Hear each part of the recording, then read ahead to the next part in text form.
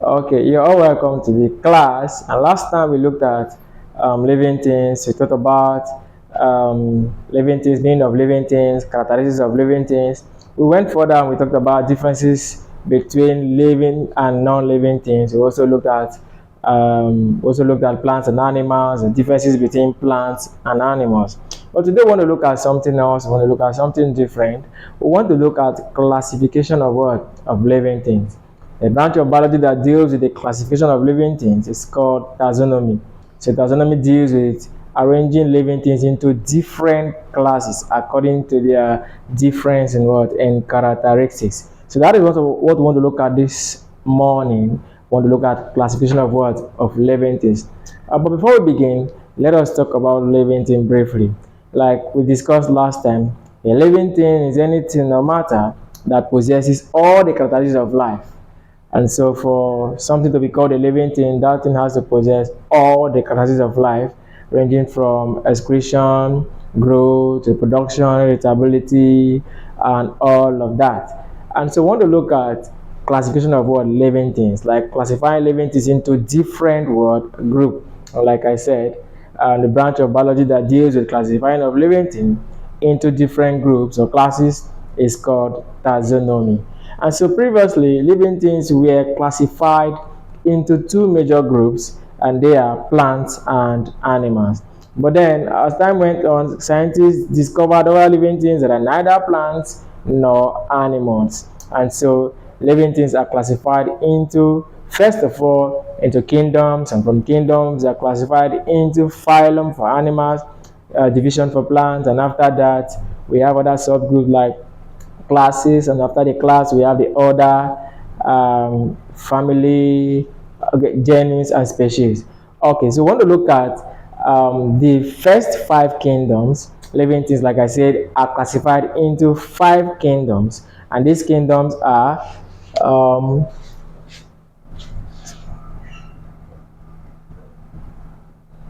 so our topic is classification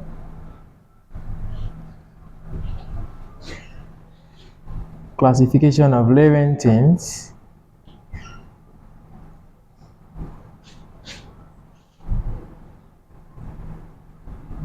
taxonomy.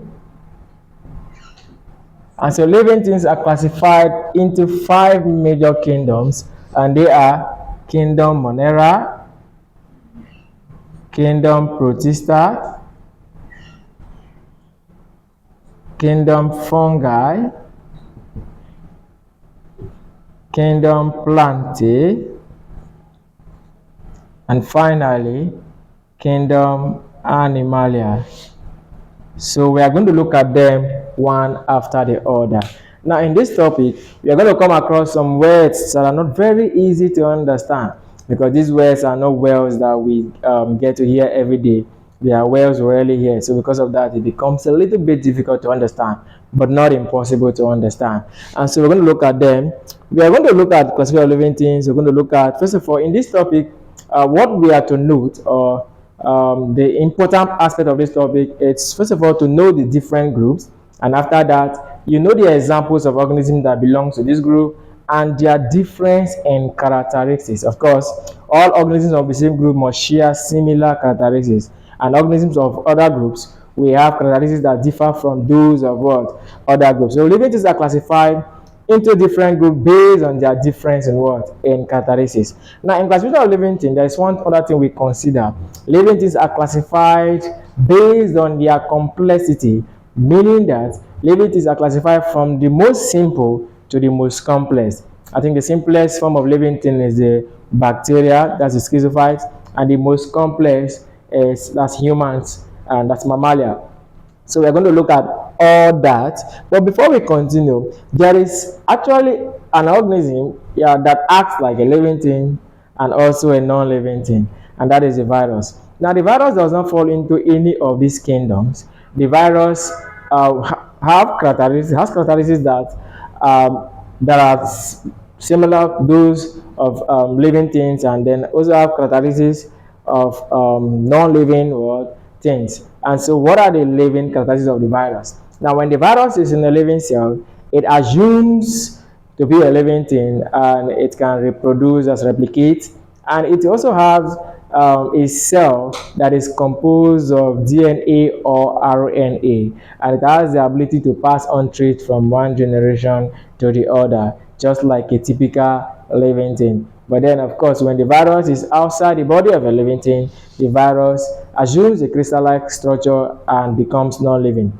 meaning that it does not respirate, it does not excrete, it does not carry out other life characteristics. So the virus does not belong to any of these groups. So many scientists believe that the virus is on the borderline between a living thing and a non-living thing, meaning that it can neither be classified as a living thing, neither can it be classified as a non-living thing. So the first living thing I think is the bacteria, and it belongs to what the group of living things called kingdom what Monera. So we want to look at kingdom Monera, organisms of kingdom Monera, and their examples and also their characteristics. So kingdom Monera, it's what we are going to begin with.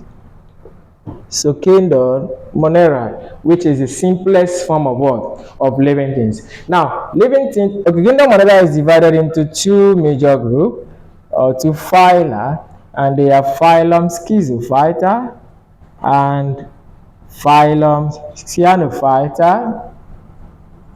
So these are the two groups of kingdom or Monera. We have phylum Schizophyta and we have phylum Cyanophyta.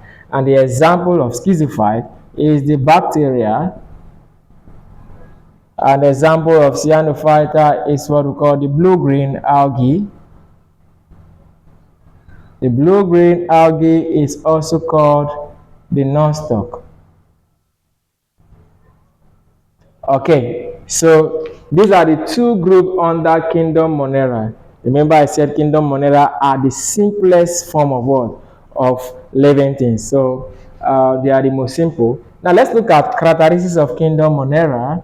Characteristics of kingdom Monera.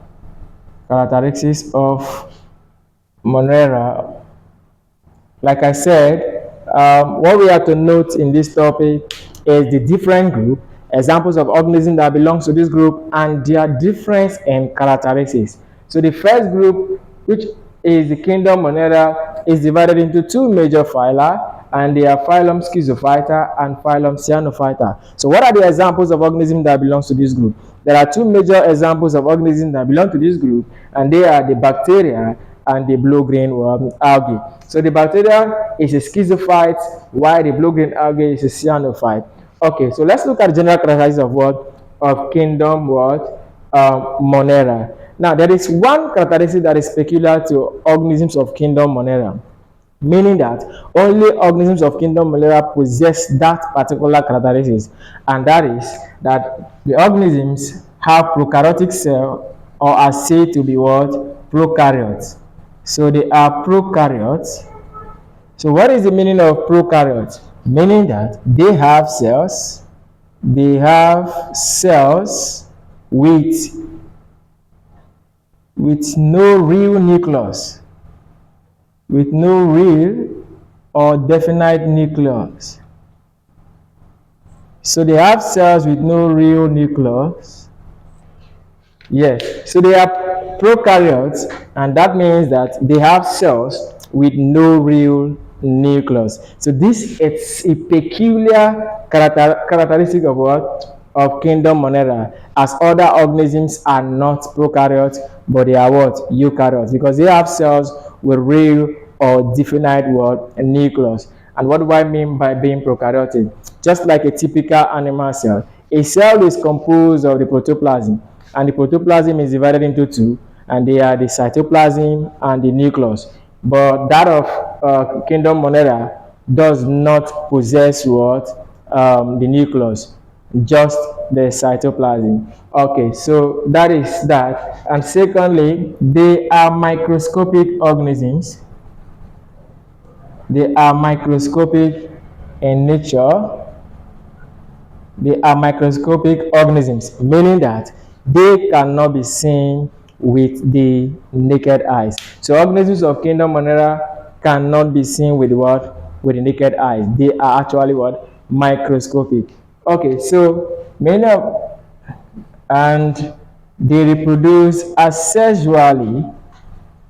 They reproduce asexually. So organisms of kingdom Monera can reproduce what? Asexually. So they are mainly autotroph. Many of them can manufacture their food. They are mainly autotrophs. So some bacteria can manufacture their food. So these are some characteristics of what? Of kingdom Monera. That means organisms that belongs to kingdom what? Monera. But the major characteristics that I want us to take note of is the first one, which is that they are what? Prokaryotes. Meaning that they have cells with no real or definite nucleus. So that is that. So we are going to move on to the next one. We're going to move on to the next one. So you pause so that we'll clean. Okay, so I want to look at the next one, which is what? Kingdom Protista. Yes, the word protista is gotten from a Greek word called protitos, which means the very first. And so organisms of kingdom protista are the very first to have real or definite nucleus. Hence, they are called what? Eukaryotes. And so, like I said, what we have to note in this topic is the examples, characteristics, and the groups. And so the next group is what? Kingdom what? Protista. So we're going to write it out. So kingdom protista. Remember I said something earlier. I said we don't scatter these organisms. They are arranged according to their complexity, from the simplest to the most complex. So it is obvious that organisms of kingdom Monera are simpler than those of kingdom what? Protista. That is also something I forgot to mention, and that is that organisms of kingdom Monera are actually unicellular, meaning that they have one cells. Okay, so let's look at examples of organisms that belongs to. Okay, before we look at examples, let's look at the groups of phyla of kingdom what? Protista. So kingdom Protista is divided into four major groups, or three major groups actually. And what are these three major groups? We have phylum Protozoa, we have phylum Euglenophyta, and we have phylum Chrysophyta. Or some other person or some other textbook may include the Pyrophyta as a group. So these are four. There are four major phyla under what? The kingdom what? Protista. So we are going to look at them one after the other before we start looking at their characteristics. Okay, so let's begin with protozoa. Protozoa are mainly called animal protists because of their similar behavior or characteristics with those of what? Animals. And so what are examples of protozoa? There are four major examples of protozoa. Two are aquatic and two are parasitic. We have the amoeba. We have the paramecium. We have the plasmodium. And finally we have the trypanosoma.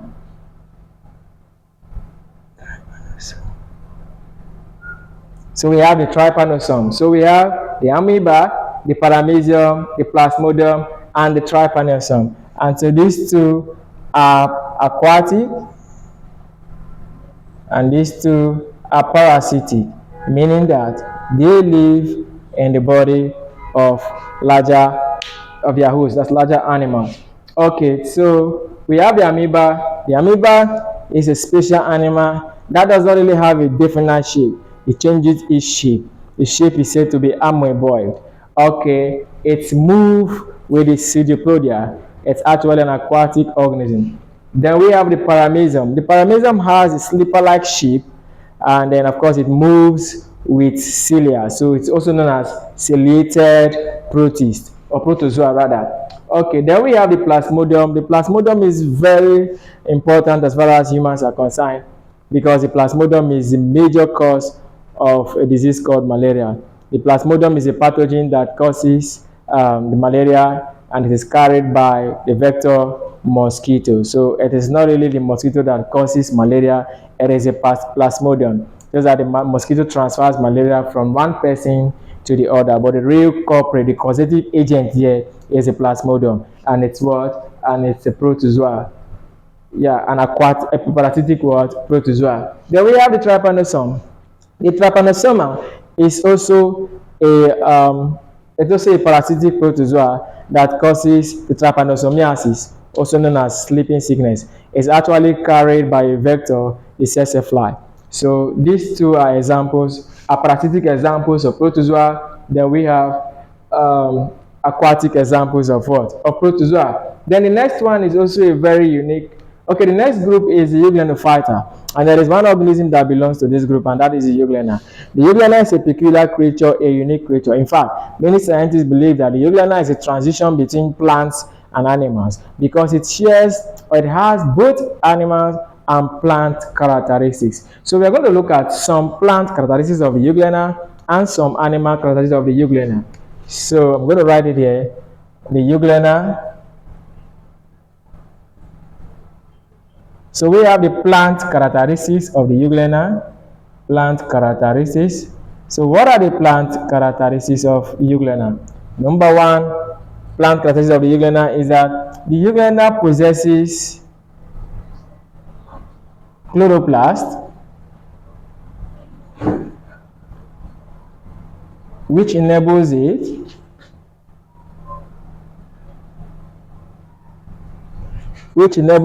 to manufacture its own food.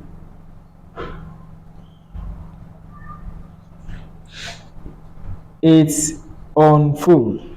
So it possesses what? Chloroplast, which enables it to manufacture its own food. And so only plants and maybe some bacteria have the ability to manufacture their food. These organisms are called autotrophs. So the euglena has that ability, that which is a typical plant characteristics of what? Of the euglena. The next one is it stores possession of what? Starch granules.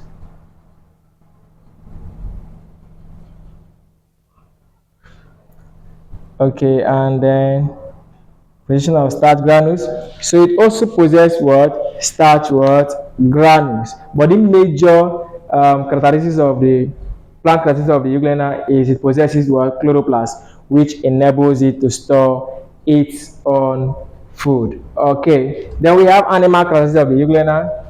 Animal characteristics of the euglena. Animal characteristic of the euglena. And one of them is that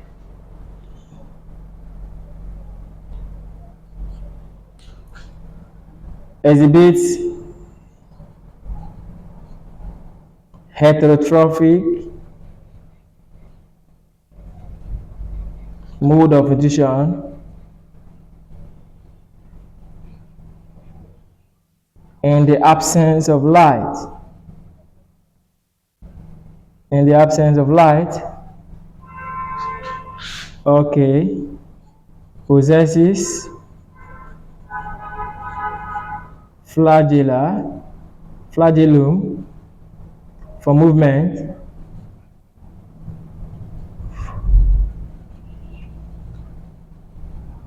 possesses flagellum for movement, okay, possessive eye spot as well. So these are some animal characteristics of what? Of the euglena. Okay, for the other two, nothing much was said about them, but then the crassifier, we know one example of the crassifier, and it's what? The diatom. Okay, so that is that about kingdom protista. So let's look at characteristics of what? Of kingdom.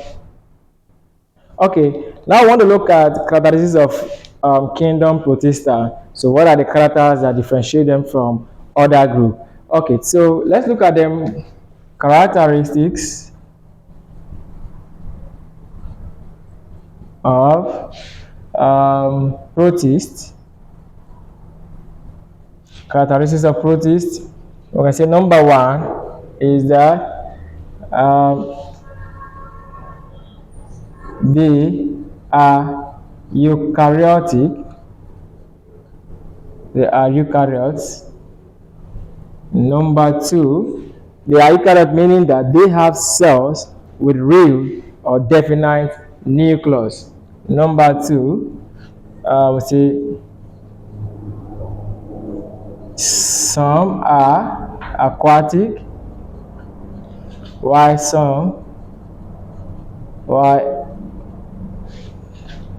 while, some are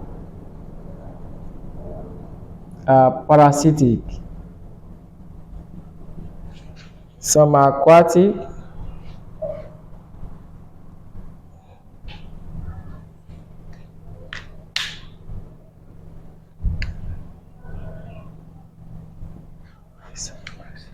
okay. Number three, they move. Just pause. Okay, so now I want to look at the characteristics of kingdom protista, and like I said, of course, the characteristics of kingdom protista must or kingdom organisms of kingdom protista must have characteristics that differentiate them from the other. So now let us look at these characteristics. So we have characteristics of kingdom protista. So number one is that they are eukaryotes.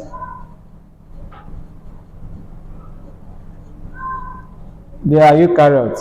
Now this is a major characteristic that differentiate them from organisms of kingdom monera, meaning that organisms of kingdom protistas have a protoplasm that contains a real or definite nucleus. Okay, and number two, we say they are microscopic. They are microscopic organisms, meaning that they cannot be seen with the naked eyes. Number three is that they are mainly they are mainly unicellular. They are mainly unicellular organisms, though some exist in filaments of cells. Though some exist in filaments of cells.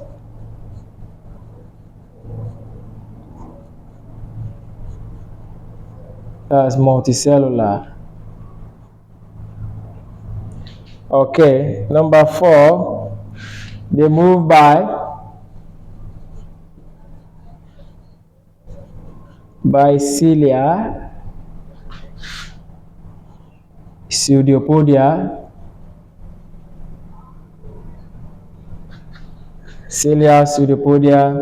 and flagella.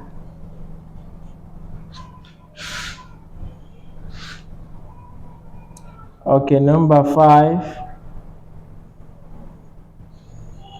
they are either aquatic, parasitic, or free living. Okay, number six, reproduction is mainly asexual. Is mainly asexual, though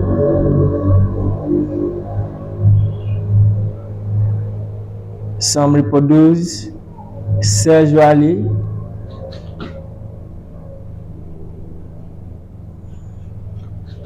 I think by conjugation,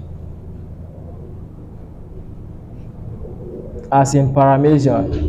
Okay, so these are some of the characteristics of kingdom protista. They are eukaryotes, meaning that they have cells with real or definite nucleus. They are microscopic organisms, meaning that they cannot be seen with the naked eyes. And then they are mainly unicellular organisms, though some exist in filament of cells, meaning that they are multicellular. And then we say they move by cilia, as in paramecium. So paramecium moves with the aid of cilia. They are small hair-like structures around it. And then we have the pseudopodia. Pseudopodia is seen in amoeba. So the amoeba moves via the pseudopodia. And finally, we have the flagella. And so flagella is seen in flagellum rather, because it's singular. Flagellum is seen in euglena. Okay, so they are either aquatic, parasitic, or free living. So the euglena is free living. The amoeba and paramecium are aquatic, plasmodium and trypanosome are parasitic.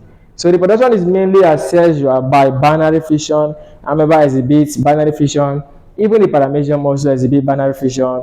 But unlike the amoeba, paramecium can also reproduce sexually by conjugation, that is fission of what? Gametes, where a whole cell or a whole cell is seen as a gamete, which is a little bit different from those of higher animals. Generally, protists are seen as protozoa are seen as animal protists because of their similarities and with those of what? Of animals. Okay, so I want to move to the next one, which is kingdom fungi. We have looked at Monera. We have looked at examples of organisms of kingdom Monera. We say the bacteria and the blue-green algae are typical examples of organisms of kingdom Monera. And we also said that there are two groups, that subgroup for kingdom Monera, and they are what? The phylum Schizophyta and the phylum Cyanophyta. We also looked at some typical characteristics of what? Organisms of kingdom what? Monera. And we said organisms of kingdom Monera have one special characteristic or character, one peculiar character that differentiates them from those of other groups. And what is that? We say that they are what? Prokaryotes, meaning that they have cells with without real or definite nucleus, meaning that the protoplasm of the cell is not made up of what? Of the nucleus. So they lack nucleus, unlike other cells. And then we also listed as some characteristics, some peculiar characteristics of organisms of kingdom Monera. We said that they are unicellular. Apart from being prokaryotic, they are unicellular, meaning that they have just one cell. They are microscopic, meaning that they cannot be seen with the naked eyes. They reproduce mainly asexually. Okay, then we move to the next one, which is what? Kingdom Protista. We talked about the other groups. There are four major groups of kingdom Protista, and the first one is the protozoa. Protozoa are mainly seen as animal protists. We talked about that, and we looked at some examples of protozoa. We said that the amoeba, the paramecium, the trypanosome, and the plasmodium all belong to protozoa. And then we talked about the next one, which is the euglenophyta. We said something. We said the euglena is a typical example of an organism that exhibits both plant and animal characteristics. Then we went further. We talked about, okay, now we want to talk about kingdom fungi. That is where we are now. So let's look at kingdom fungi.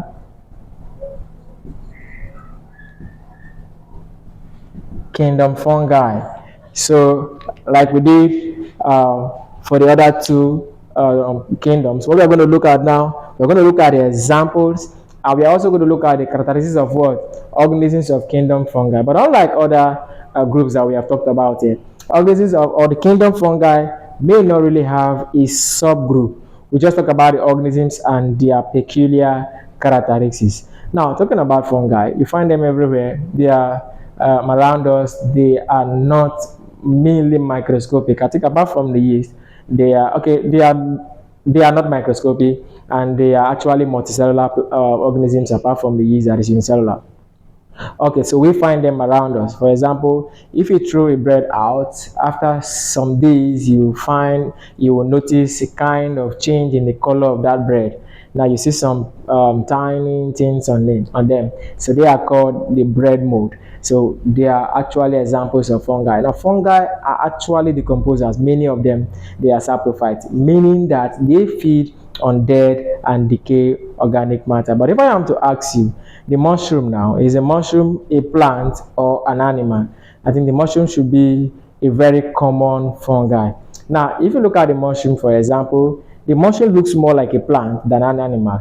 In fact, fungi were thought to be plants. So many scientists used to believe that fungi are plants, but after several years, they discovered some characteristics that differentiate them from those of what of plants. And one of them is that kingdom fungi have cell walls that are made up of chitin instead of cellulose. So their cell walls are made up of chitin, that's polysaccharides, instead of cellulose. Of course, we know that the cell wall of plants are made up of what? Of cellulose, while those of fungi are made up of what? Of chitin. So they are not really, they're not plants. So you rarely find, that's not even possible for you to find a mushroom grow on a soil. The mushroom is always found growing on a dead part of wood. Okay, so let's look at some typical examples of kingdom fungi. So examples of kingdom fungi, we have the yeast, we have, okay, number two, we have the rhizopus, we have the mushroom, we have bread mold, we have mucor. So these are some examples of kingdom fungi, of organisms that belongs to what? To kingdom fungi. So let us look at their characteristics. Okay, so we're going to look at characteristics of kingdom fungi. Okay, like I said, they were thought to be plants, but they have cell walls that are made up of chitin instead of cellulose. But you should know that all organisms, apart from those of kingdom Monera, the other groups have organisms with real or definite nucleus, meaning that they are eukaryotes. So are they are eukaryotes. Number two is that their cell walls is made up of chitin and not cellulose. Number three, they are found on moist environment.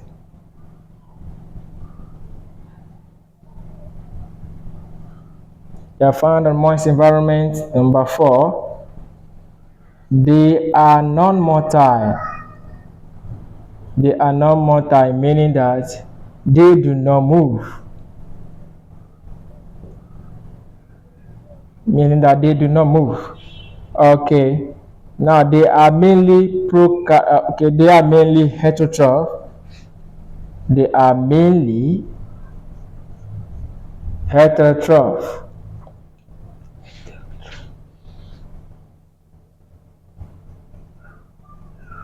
They are mainly heterotroph.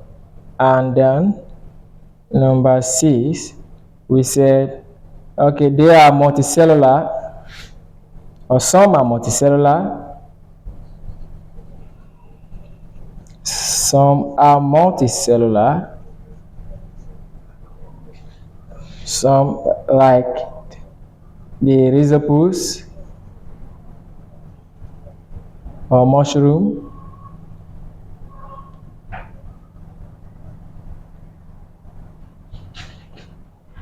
while some are unicellular.